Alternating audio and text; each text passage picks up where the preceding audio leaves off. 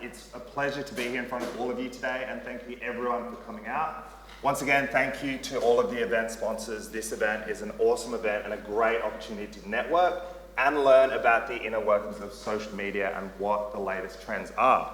Which leads me into my presentation, Uncovering UGC. Now, because we're going to be stuck in this lecture theatre for the next 45 minutes or so together, let me put your stranger danger fears to rest and properly introduce myself and give you a bit of a rundown of my experience. So, I actually graduated uni right here at UniSA in 2016. I was sitting exactly where all of you are sitting right now. After I graduated, I kind of went straight into freelance and social media marketing for a few years, and I would pitch my ideas to any small business that would listen to a fresh-faced uni graduate. Not so fresh-faced in that picture, actually. And believe it or not, back then, not many businesses really adopted the idea of social media marketing. It was still a little bit of a foreign concept. So after earning my digital marketing stripes, so to speak, I was invited out to Facebook and Instagram HQ, where I took a tour of the facilities, and of course I had to get the perfect Instagram shot, literally.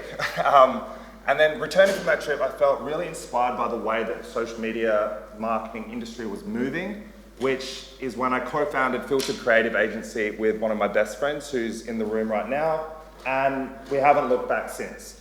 And in the few years since then, we have worked with some of Australia's leading brands and businesses, doing content campaigns, social media marketing campaigns, and a variety of other things. You might recognize some of them from the list above.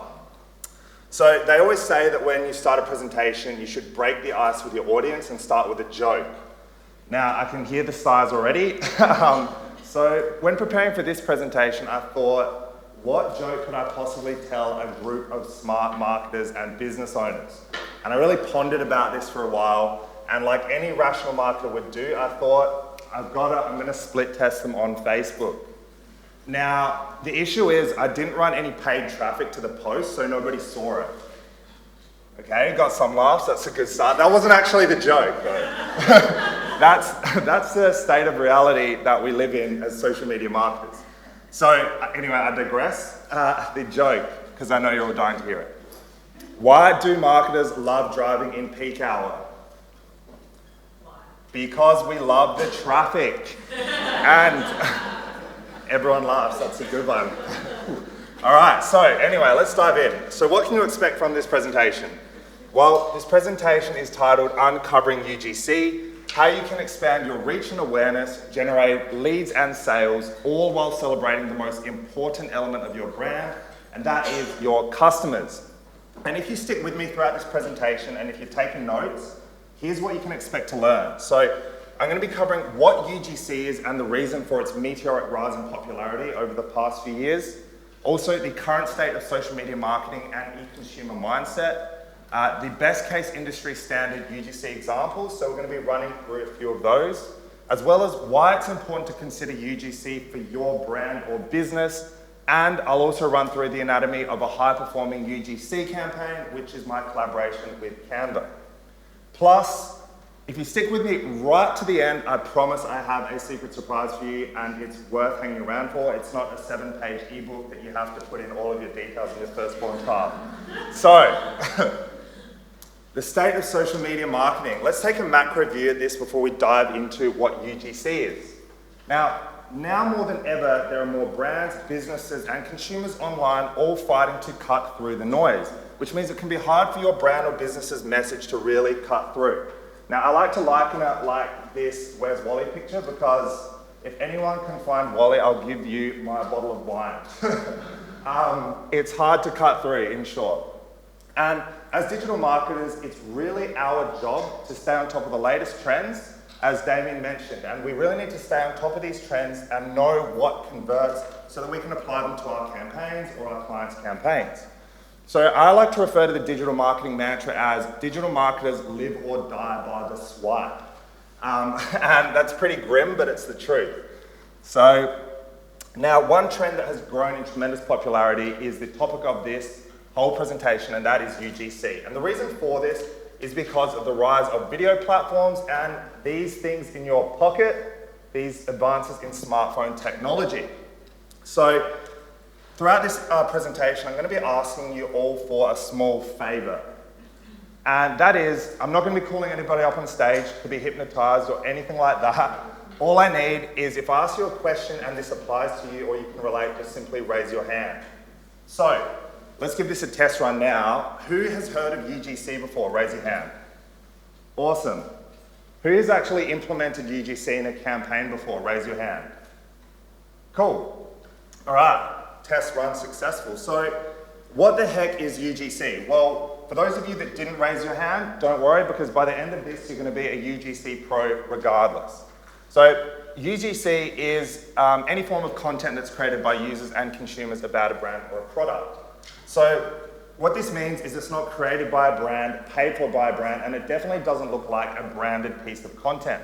What it does look like is a real consumer's opinion about a brand or their product or service offering. You can kind of think of it like the digital word of mouth. Now, the reason that this is so important is because e-consumers are more savvy than they ever have been. And what do I mean by that? Well, we can have COVID to thank, because while people were stuck in lockdown, they were busy scrolling through their phones, being exposed to branded pieces of content, being exposed to branded campaigns, and unfortunately for us, learning the inner workings of the marketing and advertising industry. So they know all of our tips and tricks. Now, it's not all doom and gloom though, because there was also a positive mindset shift towards e-commerce during this time period. And in 2020, more Australians shopped online than ever before, with around 4 in 5 households making a purchase, which is massive if you think about it. And this in turn led to the Asia Pacific region becoming one of the fastest growing e-commerce regions in the world. And when you consider that 18 million Australians are now active social media users and check their accounts at least once per day, it shouldn't be too hard to start to see that there is a huge opportunity here already. So on any given day, 350 million photos are uploaded to Facebook, 95 million photos and videos are shared on Instagram, and over 500 million tweets are posted on Twitter. That's not including LinkedIn or TikTok. So I really like the way that Damien from Stackler has kind of summarized this opportunity, and that is billions of images are shared every day on social media, and buried within them are the most authentic and relevant brand experiences that people crave and brands can't manufacture. So I just want to repeat that because that's really important. People crave and brands can't manufacture. So this presents marketers with an unprecedented opportunity to usher in a new era where brands market with people instead of marketing at them. So again, I just want to repeat that last bit, where it says brands market with people instead of market at them. So they're really the key 2 points to lock in right now. And if you're taking notes, this is what we're going to be discussing. So what do we do as marketers? We follow the attention. And obviously I couldn't give a social media presentation without including Gary Vee. So there we go. What does UGC actually look like? Well, UGC is broken down primarily into 5 key categories, which are photo content, video content, text content, AR lenses and filters, and social media native content. So if you're taking notes, just jot those down, because we're going to dive into a few more examples of what this actually looks like in your newsfeed in a second. So let's start with the customer experience. Now, I'm sure we've all seen these kinds of experiences pop up in our newsfeed before. All of those FOMO kind of experiences where you wish you were there, that is a customer experience. So Airbnb does this really well, where they encourage their users to post images and videos of their stays, and in turn, it creates organic and viral content for other users to see, to wanderlust over, and want to stay there too. So this is a pretty good example of that. And then if we go to Gopro with their Be a Hero campaign, similarly, they achieve the same thing. However, Gopro is showing how the product can be used and in what scenario. So if you scroll through their feed, it looks like an extreme sports highlight reel, and that's because it's supposed to. It's supposed to give the end consumer the idea of, okay, this is how I can use the product. Awesome. Now, moving on to product unboxings. This is probably the most common UGC format for e-commerce. And I'm sure we've all seen these kinds of videos before pop up in our newsfeed, where someone receives a product, they open the product, they might try it on, in this case is the hoodie, and the hoodie is a really great example of this. So if you scroll their TikTok feed, their Instagram feed, it's people literally receiving their products, trying them on, so fluffy, so comfy, so warm, amazing. So another product that does this is Royal Essence Co, where they send out essentially bath bombs with jewelry in them, and then they encourage all of their customers to show the unboxing, to check out the jewelry, and yeah, essentially as displayed here. Now, reviews and testimonials. This one isn't a new digital marketing concept by any means. It's probably one of the oldest ones in the book, but UGC testimonials hold far more weight and impact than traditional testimonials. If this said, John Doe says, this is the best darn tasting protein I've ever tasted, people are like, yeah, I've seen this before. But because these are tagged users of the product, it holds far more weight and impact. And they use video content as well as graphic content here. So just before I move on to this next one, quick show of hands, who knew that Happyway, The Hoodie, and Royal Essence Co were all South Australian businesses? Awesome, because we have some pretty amazing e-commerce and social media savvy businesses right here in SA, and I feel like we don't often get as much credit as some of the eastern states.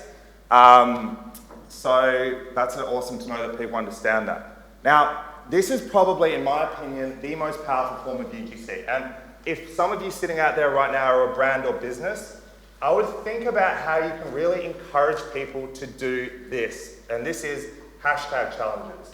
Now, when I say hashtag challenges, I'm not talking about hashtag food, hashtag yum, hashtag this is my dog. I'm talking about challenges that relate to your brand. And what do I mean by that? Well, what you do is, as a brand, you want to encourage users to use your hashtag to participate in the challenge and give them an incentive to do so. So, a great example of this is Apple with their hashtag Shot on iPhone campaign. Now, every time Apple releases a new iPhone device, it'll encourage its users to use the hashtag Shot on iPhone to show how great the picture quality and video quality of the device is. And in return, they might just feature you on one of their billboards, which is pretty cool if you're a budding amateur photographer or you're just a social media influencer, right? So in turn, they collect a huge array of photos of people using their hashtag, increase brand awareness, and ultimately drive sales, which is the end goal. So another brand that does this amazingly is Coca-Cola with their hashtag Share a Coke campaign. So who has seen the Share a Coke with insert name before? Raise your hand. Right, everyone. So who's actually bought a Coke for that reason, because they saw their name? Okay, well I have. It's not framed in my room. So this is a really great campaign because it encourages virality. So say that I have a friend, or Sam in this case, and I see buy a Coke with Sam. Even though I don't necessarily want that Coke bottle, I'll buy it for my friend, or I'll take a picture of it and send it to him, and vice versa. Now, this campaign was actually created by Coke in Sydney. And for the first time in a decade, Coke sales rose by a significant amount after this campaign, and Coca-Cola Global decided to take it on and then run it globally because it was so successful. And speaking of viral content, that brings me to my next topic, which is viral trends. So who's seen this Starbucks trend before, like when they're scrolling through social media? So pretty hilarious. If you haven't, I highly recommend Googling this after my presentation. But essentially, to summarize what this trend is, I'm going to spell your relatively simple name horribly, horribly wrong. So, genius or madness, I don't know, you tell me. But whether or not this was intended initially, this turned out to be a fantastic campaign for brand awareness for Starbucks. And that's because when people receive their names spelled incorrectly, they post the picture up and go, how did they spell Will incorrectly? They spelled it with an F. Like, how do you do that? They also are sharing the brand awareness of the brands. This has helped grow Starbucks' brand image and also increase their social media presence. Now, this last trend, this is one that I think is going to be huge for the future. And right now, there's not too many brands who are doing it correctly, and that is AR lenses and native filters. So AR is augmented reality. So when you open up your selfie camera on your phone, on Instagram or TikTok, you might see a filter, and you can apply the filter. Some will make you tan, some will give you pink hair, whatever it might be. In this case, Kylie Jenner and Kylie Cosmetics released a new range of lipstick, and they decided that they would automatically apply the lipstick to your face if you use the filter. Now, the reason this is brilliant is because it allows consumers to see what the product is and how it would apply to them without even having to leave their home or their workplace or wherever. And particularly with COVID, if you imagine lipstick, this probably had even more impact once COVID lockdowns actually took place. So, as I said, not many brands are really implementing this well, and if you're a brand that can implement this and figure out a way to do so effectively, this will be massive. So who's seen or recalls seeing any of those kinds of campaigns pop up in their newsfeed before? Raise your hand. Good. And if you haven't, hopefully now you'll start to see some of these and realize. So this is kind of the meat of my presentation, if you will, and it's the case for using UGC. So before we dive into this, this is where if you're taking notes, you really want to be taking notes in this section because there's a lot of marketing sauce in here, and as a brand or a business, or even just as a freelancer or individual, you want to take notes of these key points.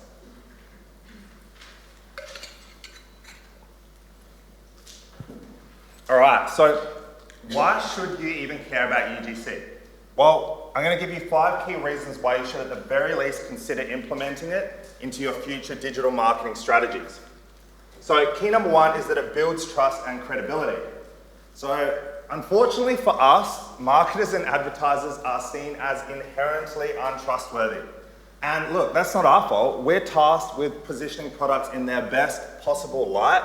And sometimes we omit details that may negatively impact the consumer buying decision.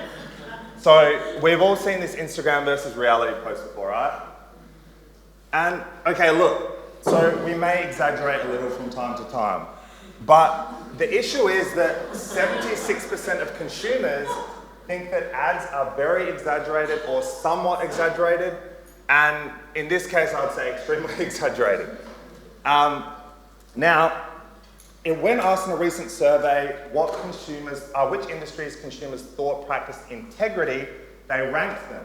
So I want to conduct our own survey right here and see how integral we think we are in this room. So raise your hand if you think the marketing industry and advertising industry rank in the top third. Okay, just if no one. Okay, the second third. Yep, and the final third. Okay, pretty much everyone. So, time for the big reveal.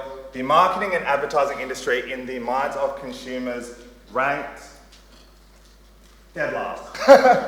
And that is below lawyers, that is below the US federal government, and that is below the US Congress. So, yeah, yikes. And when asked in this same survey why they thought the media in general lies, it's because they want to sell more effectively their products, their brand, and their ideas, which is true. So we've officially been busted. So what does this mean consumers really want? Well, it means they want us to stop lying. It means that they want, instead of picture-perfect campaigns, they want real, authentic campaigns that they can believe in. So, when asked what kind of content consumers think is most authentic, they said 60% said other content created by consumers is most authentic. And then on top of that, a massive 92% of consumers said that they trust organic UGC content above all other forms of marketing. 92%. That is insane. So, as a brand, if you want to build trust and credibility with your audience, it's pretty clear that a great way to do this is by using UGC because trust is a must. So on to key number 2, amplify reach and exposure. Now, as digital marketers, one of the most constant battles we face on a daily basis is fighting the ever-changing social media algorithms. I'm sure we can all relate to that in this room. Your ad sets get disabled, your Facebook account gets banned. And what was once a really great organic platform, whether we're talking Instagram, Facebook, TikTok, doesn't matter, they all eventually end up as pay-to-play platforms. And you have to pay more and more, and it ultimately becomes a game of whoever can spend the most to acquire a customer will win. Now, who knows what I'm talking about here? and knows those frustrations, right? Yeah. So this is one of the key reasons why UGC is so powerful, because UGC allows you to turn your customers into your promoters. Now, let me just explain what I mean by that. So instead of just shouting at our customers, trying to encourage them to buy your products, they buy your product and that's it. If you make your customers feel a part of the journey and they buy your product because they feel like they are part of the brand, they're more likely to share their experience with their friends online. And instead of just being customers, they become your biggest raving fans who are going to share your brand's message, your brand's products amongst their own followers. Now, this is important because 48% of consumers claim that user-generated content is a great method for them to discover new products. So if I see a product shared by Sam, I'm probably more likely to check it out than if I see a product that's shared by the brand of camera that he shoots. So now, I like to call this the Amplify Effect. And this is really important to note down. So if you're taking notes, maybe squiggle this diagram down that I'm about to show you. So I call this the Amplify Effect, and this essentially explains why UGC is so powerful. So somebody discovers or sees your first piece of UGC content on their newsfeed. And they go, that's pretty cool, that's pretty interesting, maybe I'll buy it, or maybe I'll just share the content if it's a viral piece of content. Frictionless one-click sharing, social media has made it easy to share content, just one-click, share, send, whatever. Whether that's TikTok, Instagram, doesn't matter. Now, if I've got 1,000 friends or followers on my social media platform, that means that I'm exposing this directly to 1,000 people or whatever the algorithm decides to expose it to, realistically about 30%, so say 300 people.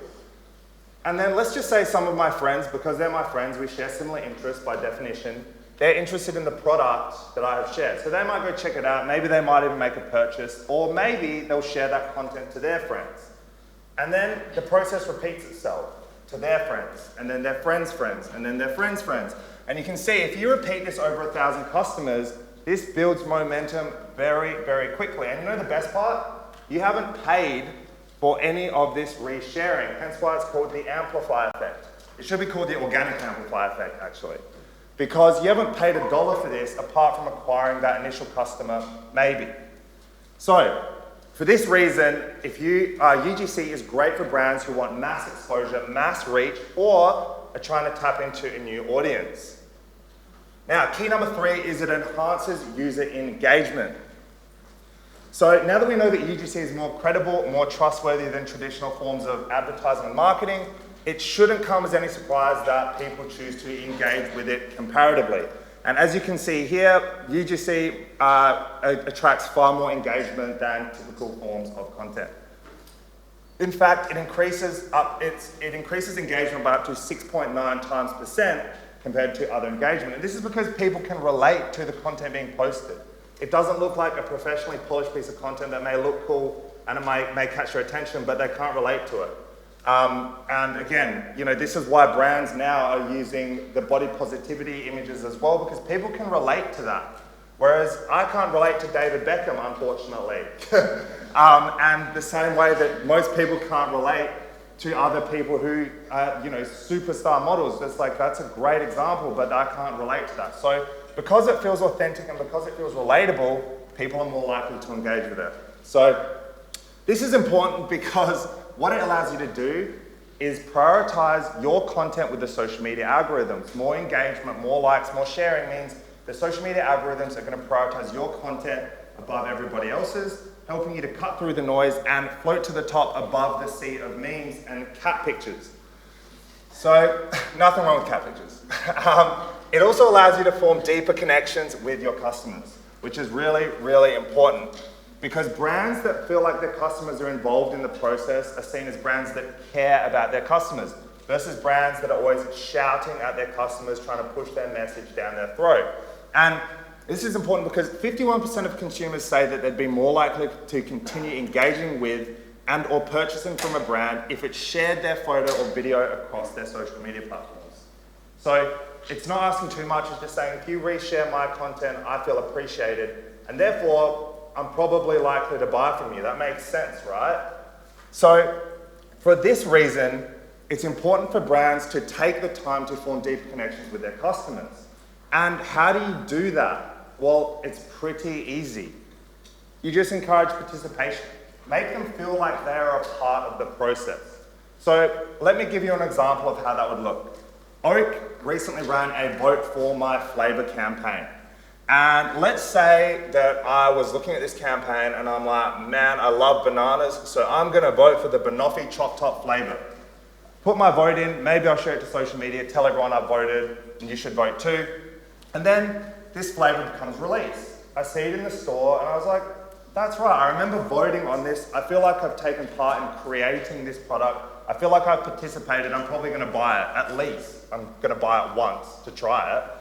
So just from that little slight change, they've got me to purchase their product. And this applies to anything. This can be run on whatever scale. Just encouraging participation and making your audience feel like they are a part of your brand's culture. So the fourth point, save time and money. Now this is a really important one because as brands and businesses, we spend a lot of time creating content that we think our consumers want to see. And we can kind of get stuck on this content rat race or hamster wheel, as I like to call it. And this is where you're always struggling to find fresh creative content to post every single day, every single week. And then by the end of the month, you repeat the process again.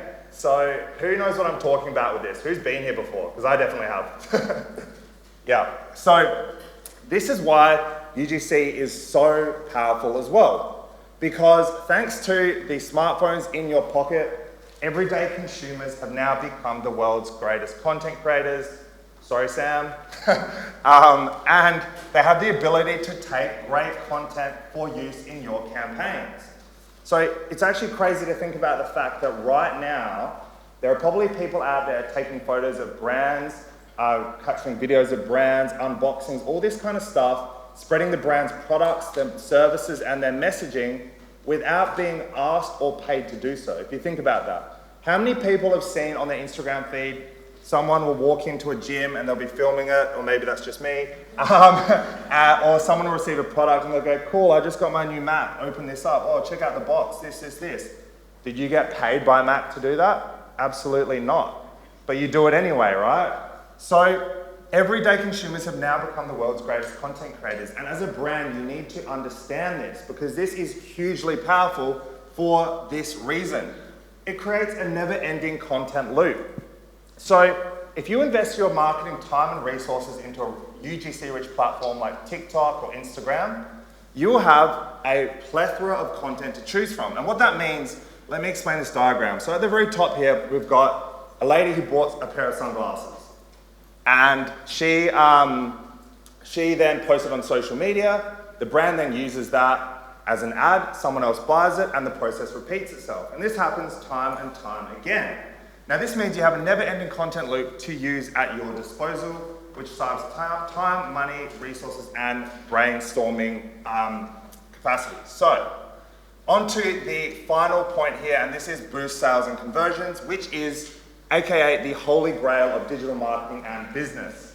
Now, the one question every business owner wants to know is, that all sounds great, Will, but what is the impact of UGC on my bottom line? So, does anyone want to take a guess? Do you think it's high? Do you think it's moderate?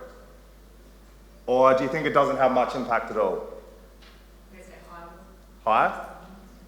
It has a huge impact on sales. In fact, 93% of the social media users claim to have been influenced by user-generated content in their buying decisions over emails and traditional search engine results. So, massive. Now, these next stats I can probably guarantee are going to blow you away because they blew me away. So, on average, brands that use UGC increase their sales by 50%. They also increase their conversion rates by 50% and decrease their cost per click by 50%, or in other words, how much it costs for them to acquire a customer to then boost their sales by 50%. So that is a delightful cycle if you are a business owner to look at. Now, for this reason, I prefer to refer to UGC as user-generated conversions and not user-generated content, because ultimately, user-generated content equals user-generated conversions. Now, I've been running a little bit over time here, so I'm just going to skip through these slides, but I'm happy to answer these in the Q&A if you see something you like. I really want to just get to the end of the presentation where I can show you my Canva case study. So in this section, I talk about the integration between social media accounts and e-commerce sites such as Shopify. But let's dive into this because this is really the most exciting part. So this is the anatomy of a high-performing UGC campaign, and this is my collaboration campaign with Canva. So this campaign ran last year for 6 months globally. It garnered millions of video views online, and it was also featured at the AdWorld Global Conference as a case study there. Again, remembering this was last year, so UGC has evolved quite a bit since then, but let's take a look at the ad itself now. Canva's background remover is the #1 graphic design hack that everybody needs to know about. What you're going to want to do is click on your image and load it into the blank canvas. Hit the Effects tab and click Background Remover. And voila, your background is gone. So I'm going to play it through one more time, and if you're taking notes, just have a look and kind of maybe think about why you think this was a successful campaign, because we're going to highlight that in a second. Canva's background remover is the #1 graphic design hack that everybody needs to know about. What you're going to want to do is click on your image and load it into the blank canvas. Hit the Effects tab and click Background Remover. And voila, your background is gone. So does anyone want to take a guess? You can just kind of say the answers. Yep. It showed the whole process of how you can actually do it. Yeah, absolutely. Anyone else? Yep. You quickly tap into something that people want to do. They want to Photoshop themselves into different places, so removing a background is Yep. a good way to do that. Yep. The background remover is best in the market. Yep. Long stretch. Yep. Yes. Providing a service that otherwise we would need to reach out to an external party or an external person for, and it's kind of a track there in the right. Exactly. Yeah, I'll take one more. Yep. It's not glossy. It's, you can see it's filmed on someone's phone and it's their Yeah. experience, and that's what makes it authentic.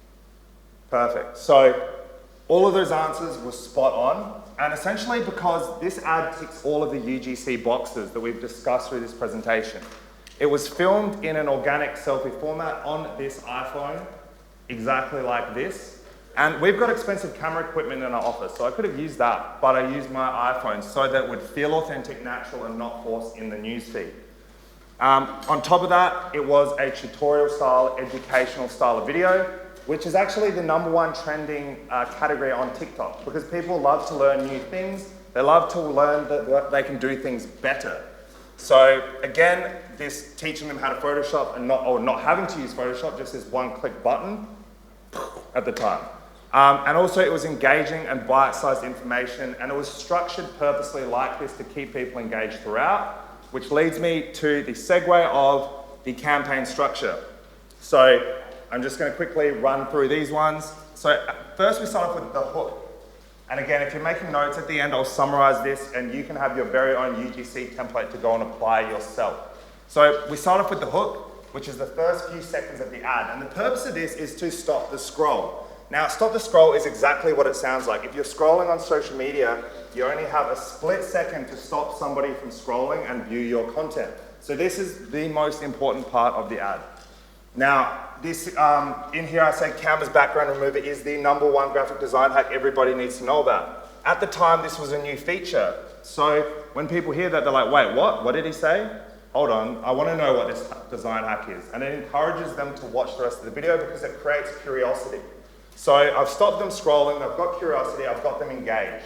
Now what do?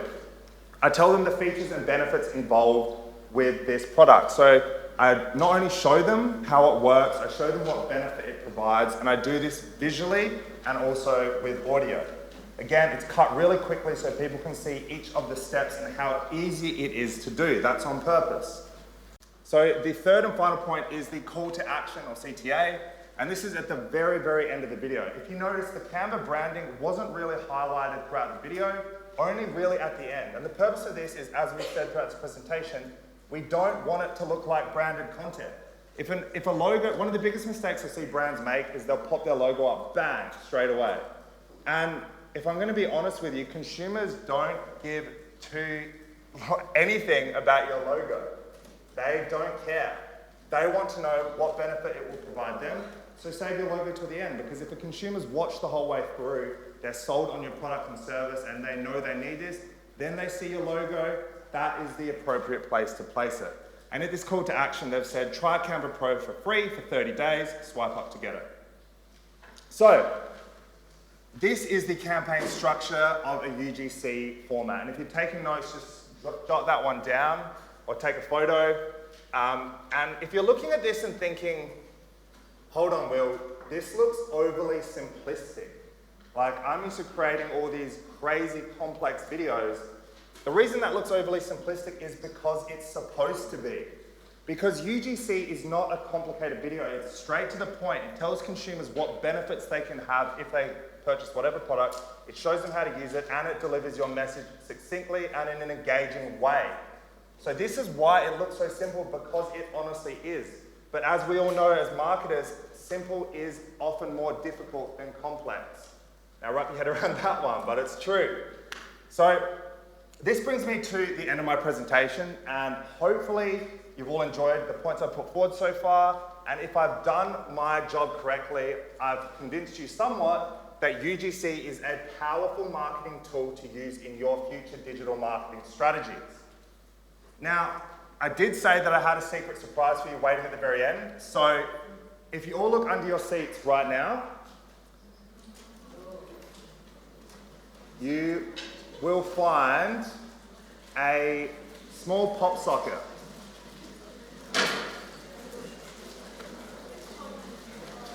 Maybe I didn't give you one, Rabina.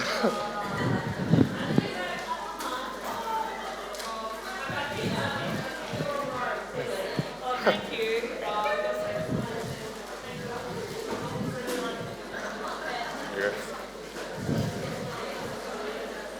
All right. So the reason, if you're wondering why I've given you a pop socket, is because simply take it out the wrapping, take the backing off, stick it on the back of your phone, and this is how you use them. So it's essentially hands-free, just don't tell the police that. So the reason I've given you all a pop socket is because armed with the information that you've learned today, as well as this pop socket and the smartphone in your pocket, you are now more than equipped to go out and create professional UGC content yourself. And with that, I'm going to wrap up my presentation. So thank you all for listening. I think we can dive into Q&A.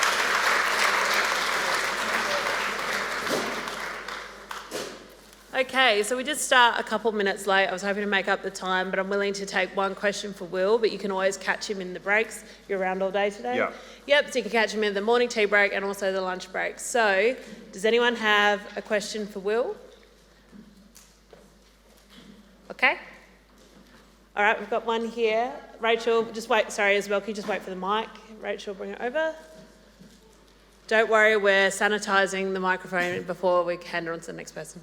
Okay, thanks. So I just had a question about companies that don't actually sell a product. So I work for an NGO, and what we do is mainly we publish policy papers. We work in the disability advocacy space.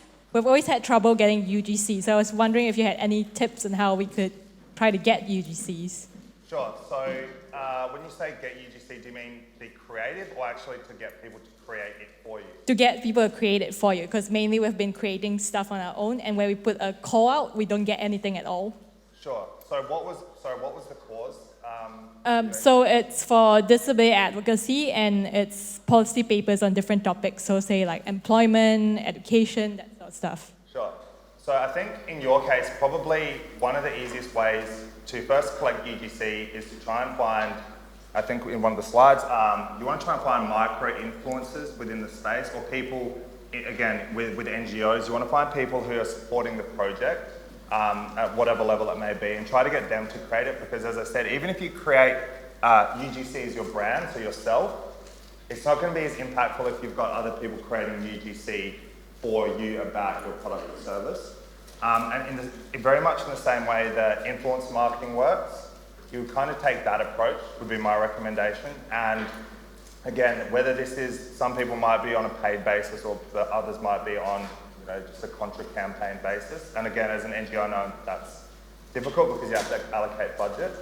But I think one of the key things that you would be able to really capitalize on is the ability to educate people with your UGC. And this doesn't mean like, cringy TikTok dances, unless you want to. But what it means is that you've got an opportunity to educate people on facts that, they might not know. Like, for example, I don't know anything about it, so I would be interested to learn some facts about it, and I would find that in the UGC. But I'm happy to talk to you about some more strategies as well. All right, thanks. So, Perfect. Please thank you, Will Giles. thank